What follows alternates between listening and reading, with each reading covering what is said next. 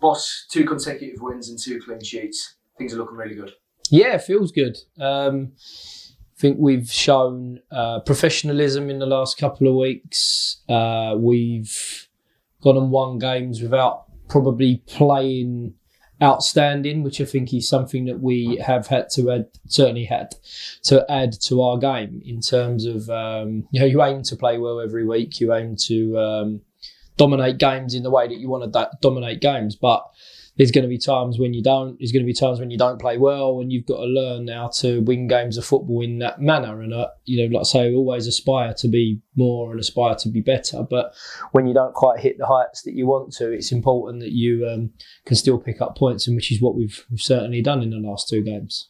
At the weekend, it was a hat-trick from the striker, and then Tuesday night, it's a header from a defender. It must be really pleasing to see that we can get goals from anywhere out on the pitch. Yeah, and the pleasing thing for me is obviously Danny scores a hat-trick at the weekend, and that's really pleasing for us and for him individually. I think what really pleases me is we've had 2 games now where we've scored from a set piece, obviously a corner where Danny nods it over the line, and then Dan Appy rises above the rest of the opposition's defence to score on Tuesday night. So that really pleases me as well, because we need to add that side to our game.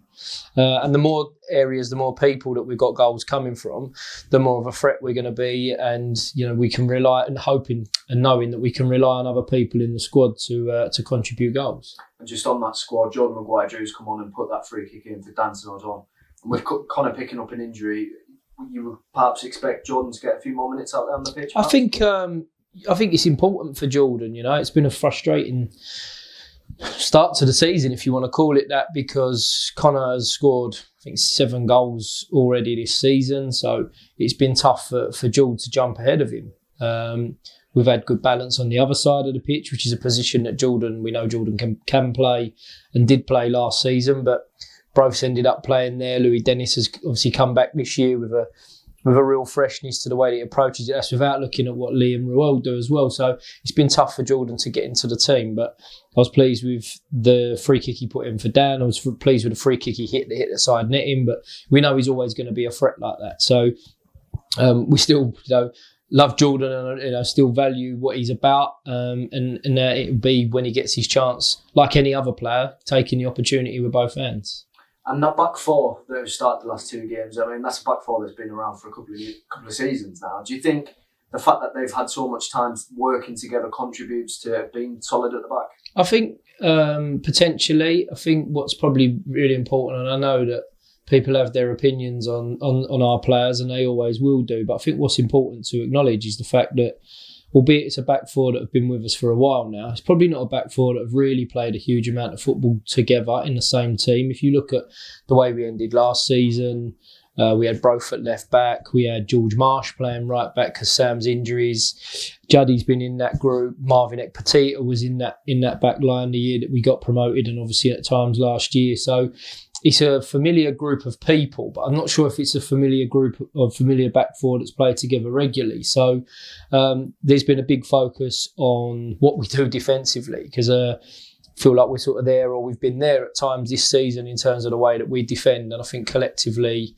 in the last couple of games, there's been a bit more of a focus and a bit more of a dedication across the team to keep clean sheets, and we've done that. So I'm delighted for those 4 that you mentioned, and it's important that we continue to build on that and give them the opportunity to have longer periods in the team and more sustained results and clean sheets. And 2 positive results have really seen us move up the table. Of course, it's about perspective, but the next game against Port Vale, with everyone else in FA Cup action, we can really climb a little further up. Yeah, we can. But I think, like you said there, and I've said it a few times myself already, is that perspective is important, because there might be another period in the season where we go a couple of games without winning. I'm not saying losing, but there'd be where we drop 1 or 2 places, and I think that's how the league's going to look. Certainly in the top half, I think there's going to be real interchanging positions. I think this league is always like that anyway, and you can find yourself as a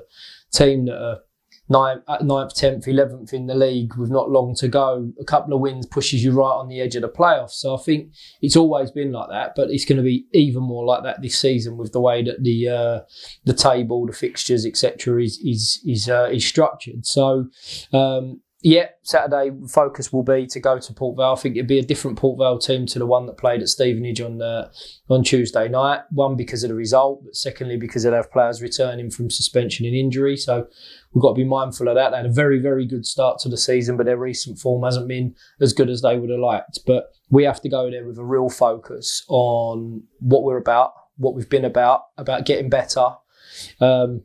And then with that real desire, as you mentioned at the start of that question, to go and win the game, to put ourselves in that playoff position. If I'm brutally honest, I don't take massive amounts of notice of that personally, because I think we're so early in the season. There's no reason to get carried away. Exactly the same way as it was when, we maybe have been 13th, 14th in the league. So I think it is important for me to manage that expectation, allow the players to manage our own expectations and give ourselves a chance to win games.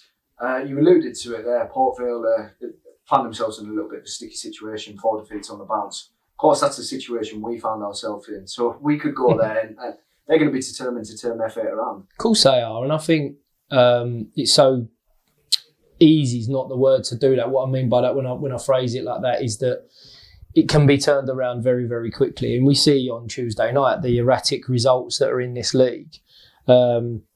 This season especially, but there's always one that catches you out or one you didn't quite expect, and then the team beats another one but by a lot of goals. So I think there's always that real variation in what can come, and it's about, like being successful at any level, but it's about maintaining that consistency to try to make sure that you're not the surprise result. So as I said, really, we go there knowing that they're a good team, knowing that they've got good players, knowing that they had a very good start to the season. They got out of the traps really well. So we know what they can be about and will be attempting to be about, and we've got to make sure that we're ready to deal with that. And then, like I said, they're really imposing ourselves on the game in even more of a better fashion than we have done in the last couple to keep improving.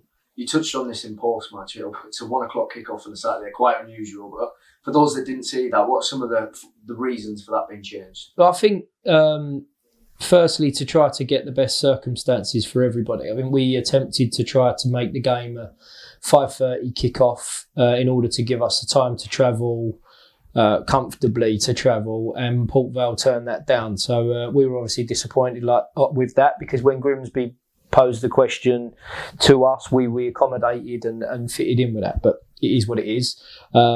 3 o'clock's obviously the obvious one, and the one we would like to have stuck to, but then obviously travel times, etc., makes it very difficult. Then if we go overnight and we have a 3 o'clock kick-off, we're not allowed to mix, we're not allowed to socialise, we're not allowed to sit in the same room to eat lunch, etc. So makes it tough. So now we've tried to bring it forward with a possibility of travelling overnight, meaning that we can eat and then get on the road or get over to the game to play that a little bit earlier. So it's to manage the whole period, I suppose, of trying to travel longer distances across the country and make sure that the circumstances are right for a game of football. And finally, boss, some positive news midweek. It looks like fans will soon be in the Bray Group Stadium. That's going to be such a lift. Yeah, massive one. We've been in a funny situation where we've had to get used to playing football in front of no one. And I think that what we've sort of slowly learned is how to deal with it. I don't think anyone's really comfortable with it, but we learned how to deal with it. And I think the fact that no one's been in stadiums has really impacted some games, whether that's for the good in terms of, players maybe not quite feeling pressure when things don't go your way or you're a goal behind or whatever.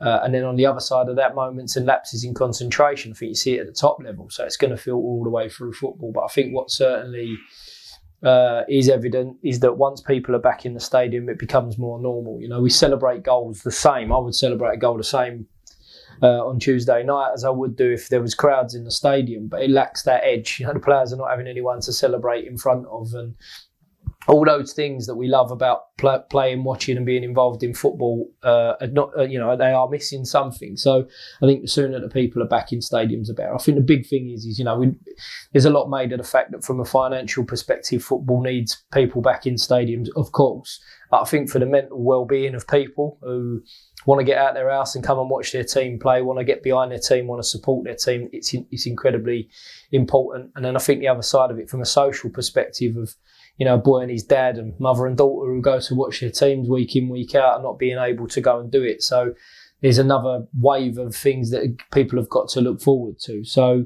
we're looking forward to it. I think the real motivation for us will now be to keep our foot on the pedal and make sure that we're really performing, so that when people come back into the stadium, their Leyton Orient team are in a good place and they're ready to support us and drive us on to have hopefully what will be a good season with our crowd behind us again. Perfect. Thank you, boss.